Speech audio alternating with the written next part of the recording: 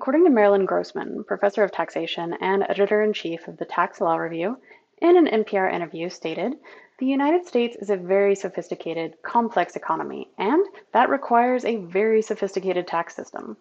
This means that taxes are difficult to understand, regardless of one's affiliation with the military. This short module will directly touch on tax implications for military pay, benefits, and investments." Each month, service members' pay includes federally taxable and tax-exempt income. Allowances created after 1986 are now taxable. The mandate will now apply to all new allowances created. Collaconis was the first taxable allowance in 1995 and remains the only allowance. The majority of the allowances received are tax-exempt, as you can see from these lists. The difference in taxes can create a significant savings when considering BAH and BAS average over 30% of the service member's base pay. These allowances are also excluded from Social Security taxes. Federal and state taxes can receive extensions without penalty or interest due to deployments or service in a combat zone. Regardless of whether or not an extension is filed, it should be noted that military members experiencing non-taxable periods of time due to deployment may be audited. When filing the tax return, they will be asked to identify their military campaign and dates active. If audited, the service member will only need to reply with a copy of their orders showing the activation matches the campaign and dates entered. It's important, especially with frequent moves, to keep good financial records. And always consult a tax professional with questions. When stationed in a foreign country, service members and their spouses are exempt from foreign earned income tax. They are not officially residing in the foreign country of their own accord. They are stationed there as part of their service to the military. Where a service member and their spouse choose to claim residency can make a difference in their take-home pay. There are 5 states in the District of Columbia that fully tax military pay. 12 states do not tax military pay. An additional 10 states don't have any additional income tax. This means the amount of pay they bring home due to taxable or non-taxable income could make a difference. By definition, the home of record is where the service member enlisted. It is often listed as their state of residency. A move to a new location affords the service member the option to claim a new residency with that state based on their qualifiers, or keep their previous residency.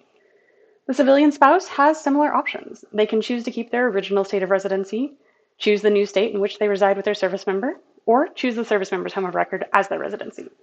This is afforded by the Military Spouse Residency Relief Act. Further, it can be done regardless of which state they were married in, due to the Veterans Benefits and Transitions Act. The spouse's residency decision is more weighted if they earn non-military income. The spouse will file taxes in the state they work, as well as the state in which they claim residency, if different. It is possible that the non-resident return will result in a credit. TRICARE is the military healthcare service, which we will dive into in the healthcare and insurance modules. It does not offer an FSA and is not a qualified plan for an HSA. An FSA can be obtained through a non-military employer if offered, or through the Federal Employees Health Benefits Program. It's important that incredibly accurate expense logs and receipts are kept for all permanent changes of station.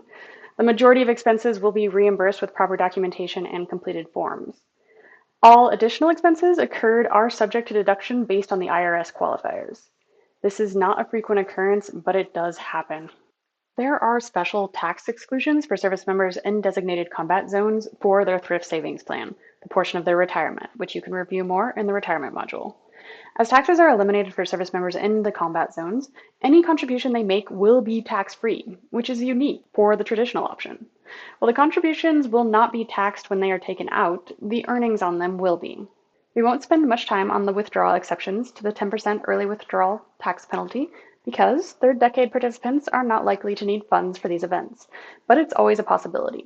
The events highlighted in gold are the rare events that have the potential to have the most effect on our participants, followed by the blue-green events, and lastly, the white events. As mentioned, there are several non-DoD programs that are trained to specifically assist military members with their finances.